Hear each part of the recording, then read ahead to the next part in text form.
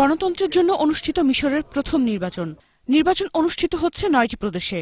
মোট আসন সংখ্যা 498। প্রার্থীরা নিবন্ধনকৃত 50টি রাজনৈতিক দলের সদস্য। ভোটার সংখ্যা 5 কোটি।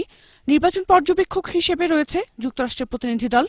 প্রথম পর্যায়ে এই নির্বাচনের সরকারি ফলাফল ঘোষণা বুধবার। সকাল থেকে শুরু হওয়া এই নির্বাচনে এখন পর্যন্ত কোনো সহিংসতার খবর পাওয়া না গেলেও কারচুপি ও নির্বাচনকে প্রভাবিত করার আশঙ্কা করছে ভোটাররা। এমনকি দেশটির কট্টরপন্থী মুসলিম ব্রাদারহুডের অবস্থান নিয়েও অনেকে শঙ্কিত।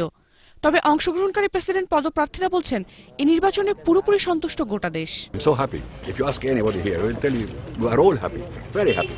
And this is the first step in realizing the goals of the revolution. দেশটির বিভিন্ন প্রদেশে অনুষ্ঠিত নির্বাচনে ভোটাররা অংশ নিয়েছেন উৎসাহ উদ্দীপনার মধ্য দিয়ে।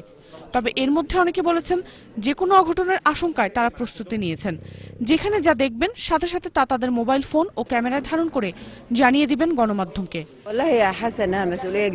তবে বহু আকাঙ্ক্ষিত নির্বাচনে অংশ না নিয়ে বিক্ষোভকারীরা এখনো রয়েছেন তাহরির স্কয়ারে। সামরিক কাউন্সিলের প্রধান ফিল্ড মার্শাল হুসেন তান্তাউইর বিশৃঙ্খলা কঠোর হাতে দমন করার ঘোষণার পরও তারা আন্দোলন অব্যাহত রেখেছে। তাদের দাবি, সামরিক সরকারের অধীনে নির্বাচন কোনোভাবেই সুষ্ঠু হতে পারে না।